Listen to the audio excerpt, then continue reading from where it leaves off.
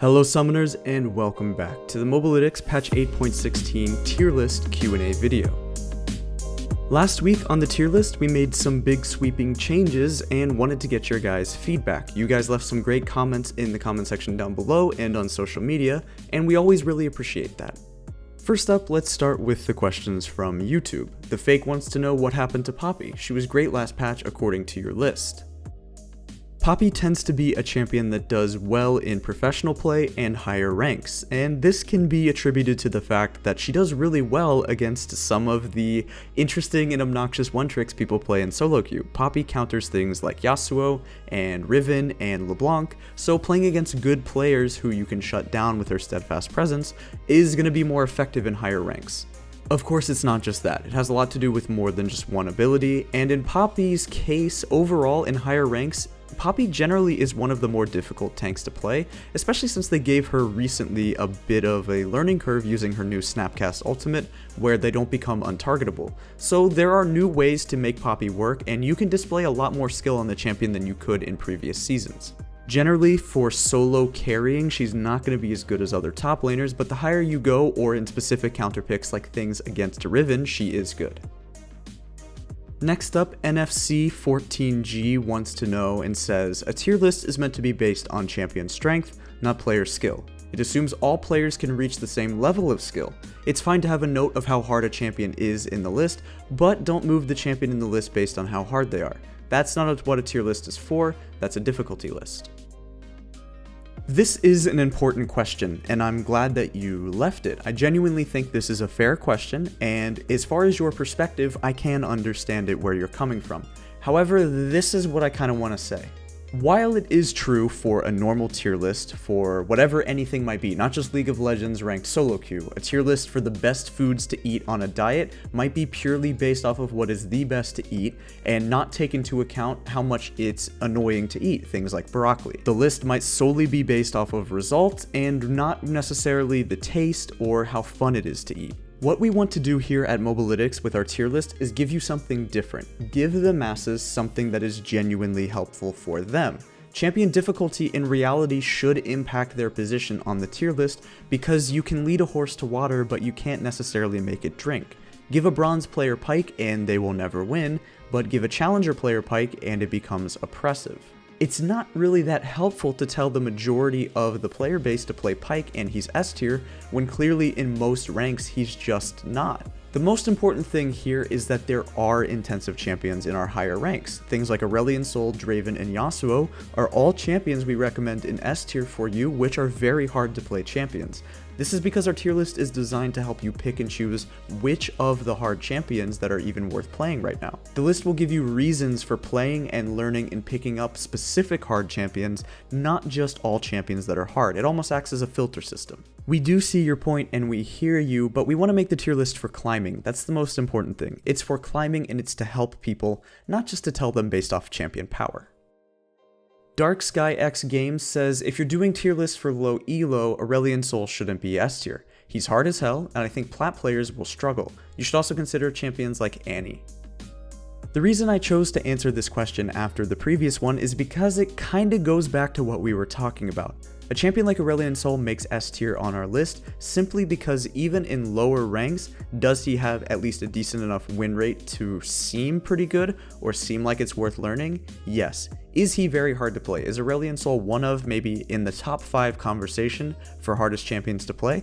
Absolutely. But does this mean you should learn him, given his success, given the ability to climb with him, and given the fact that if you did put in the games, will you climb? Yes, absolutely. He is a fantastic solo carrying champion, and the reason why so many people shy away from him or realize that he's as OP as he is simply because he's hard to play. And to be fair, it's assumed that he's one-tricked a lot, so his win rate is going to be inflated, but the fact of the matter is the champion has had one of the best win rates consistently for well over a year. He's typically top 3 win rate in mid lane for the last year. So really what this means is that if you do put in the time with him, you will climb, and that's absolutely something we recommend given the fact that he is hard to play. Nebaton Lick wants to know why no opinion on Jax in S tier, and this is for Jax jungle. Jack's jungle is S tier due to the fact that he is amazing in lower ranks. He absolutely can help you climb out of low elo, and being the fact that he's easier to play in the jungle simply because you don't necessarily need to understand lane matchups, he feels pretty easy to play in the jungle. While it's true that he's a carry champion and he does need a lot of gold funneled into him, meaning he needs things like his Blood Razor, Warrior, or Cinderhulk, and then he kind of needs Triforce, and then he kind of needs Tiamat to be good, that doesn't take away from the fact that he is good in the jungle, and his clear is pretty good too. His ganks are really easy to do, and overall he can contest Scuttle Crab as well, and even Dopa or Apto does play Jax in the jungle, so it's not just for low elo players, even though yeah, he does fall off in higher ranks. When it comes to a tier list for climbing, Jack's jungle is S tier. It's Mojo asked, where is Braum in the support tier list? He's very sturdy and has good sustain in lane from my experience, along with great engage and a ton of crowd control. He's also very tanky when it comes to late game, and I feel like all of these stats should easily put a support at least on the tier list. Braum is definitely an interesting case, and the reason he's picked in competitive play is for all of the reasons that you said. It's Mojo. For sure, you're right. He does have all of these things, and is he a good champion in terms of his power? Absolutely. However, when it comes to the other supports for climbing, he just doesn't perform the same way. Given the fact that our tier list is supposed to be for solo carrying or solo climbing, even from the support role, this means that other things like Nami and Zyra and Sona just outclass him in that aspect. When a tier list is made solely to help you climb and get as much elo as possible as quickly as possible, this means that you're gonna have some champions that, even though they're good, they're not as good as other champions for that specific thing. Champions that are picked in pro play are almost never viable to be the best solo carrying or solo climbing champions, because competitive play is an entirely different beast. But if you have a duo queue, or you're just really good at Braum and you are climbing and being successful with him, then you should continue to do that. You should never deviate just because a tier list tells you to do so if you're being successful. If it ain't broke, don't fix it. Lastly, from YouTube comments, why did you change the learning curve and skill cap for some champions from Urit HD? And WizD, why are both Graves and Yasuo hard? Don't get me wrong, Graves isn't easy, but come on, Yasuo should be intense if Graves is hard. I paired these questions together because of the fact that they do with difficulty, and let's talk about difficulty really quick. Our learning curve is just that, it's learning curve, it's not difficulty. And this means that certain champions like Yasuo, despite being very high mechanical cap champions, meaning theoretically how good you could be at Yasuo is almost infinite, his learning curve or his base skill floor really isn't that high. And you can see this statistically and apparently in lower ranks, because Yasuo actually has his best win rate in lower ranks. Genuinely, he does. Of course, this doesn't mean that lower elo Yasuos are better than higher ones, and this doesn't even mean that he is always going to be an easy champion, but what it does entail is that realistically, for the most part, he doesn't have that hard of a time just auto-attacking people, putting up a win wall, and then if your teammates hit a knock-up, you just hit your R as well. So we adjusted his learning curve and his skill floor, even though this doesn't take away with his mechanical cap or skill ceiling. You can definitely be an amazing Yasuo player given some time. Alright, on to some questions from Discord. Why has Twisted Fate dropped a tier? Yeah, this one's interesting. It's just because the tier list is designed for lower ranks or lower elo, and then when we have that separation for higher elo, he definitely shoots back up. The champion is amazing to learn, and he's one of, if not the best mid laners for solo queue. It's just that some of the other champions are going to be worth learning and picking up slightly more than him, but he's definitely good. Quickly going over a question from our blog and the blog tier list. What about Olaf? I've been having consistent success with him, and I think his usefulness is high with high burst and CC immunity, since most backlines require peel. Where would you rank him? Honestly, I kind of think this champion is underrated, maybe even in the top lane as well. He did receive a couple buffs a couple patches ago with his lifesteal and his sustain, and I think he's kind of oppressive in the top lane realistically. He's a decent jungler too with Predator, and you can make him work. It's just that, again, in lower ranks, you really need to make sure that you're winning the game early, and that tends to be hard for most players. But if you're successful with him, again, similar to a Braum thing, if you're successful with him, keep on climbing, because maybe we have him underrated. I would be willing to bet that we might be having him a bit underrated, and we'll see in the next patch where we place him. Okay, lastly, moving on to questions from Instagram. Mustafermi Bagaloo wants to know, what do you think of Sona? Why is she not played in pro play?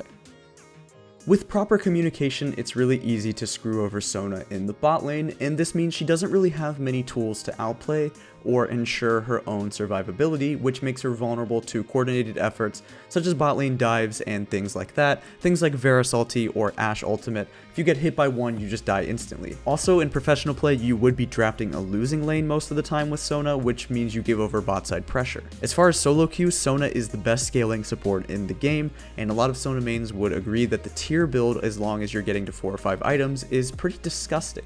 This means that in lower ranks, not only is Sona easy to play, but because games are longer in lower ranks, you're going to get to your insane late game much better. Sona is A tier and she's really good for climbing, especially in the low ranks, but when compared to things like Nami, who is much more consistent across all elos up to and including pro play, this means that Nami is an S tier recommendation for enchanters. Gus VD Putton wants to know, how much did the rune nerfs affect the champions and the tier list? Honestly, quite a bit. I think assassins and things like Wukong did get much worse, and we overrated Wukong, especially considering the electrocute and the lethality nerfs on sudden impact and his direct nerfs. I think that the assassin playstyle and one-shot playstyle is not as good as mid-range burst playstyle from things like Syndra or things like LeBlanc or other mid-lane mages. I think mid-lane mages got better, even things like Kassadin with Electrocute or Victor with Electrocute, and that's kind of how I see it. I think that overall assassins did drop down a decent amount, maybe not significantly because they are always pretty good in solo queue, but I think overall mid-lane mages are going to make a return, and probably in Worlds we're going to see things like Victor and Cassiopeia and things like Syndra be really oppressive and come back because games are going to stall out a bit longer. Okay, and last question from SVA Bick wants to know also, why is J4 not placed higher on the list? I think he's a really good pick for solo queue where the early game matters a lot. So Jarvan is a champion who was dominating competitive play for almost a year. If you remember, it was Jarvan Sejuani meta every single game for quite a while, which means that him and Sejuani receive back-to-back nerfs, and this kind of lowered him in the jungle, but I don't think top lane Jarvan's that bad, and he's even seen a bit of competitive play in top lane this year. Honestly, the champion just doesn't solo carry the same way other champions do. Does he have some effectiveness in his kit, and is he good early game, especially at ganking? Yeah, absolutely, but are you gonna solo carry, aside from the lethality build? Even though lethality and electrocute was nerfed, maybe if you go Dark Harvest, I don't even think AD Assassin Jarvan is that bad. I'm serious. I don't even think AD Assassin Jarvan really is that bad, and maybe that's the best way to climb and carry with him. But as far as the normal tanky Jarvan, I think he got nerfed a little bit too hard, but we'll see. Anyway, that's going to wrap it up for the 8.16 tier list Q&A. Make sure every single time you watch the tier list, you leave comments down below and follow us on all of our socials because we take questions and answers from there as well. Anyway, thank you so much for watching. We really appreciate it. Check out the product at mobalytics.gg, and we'll see you next time.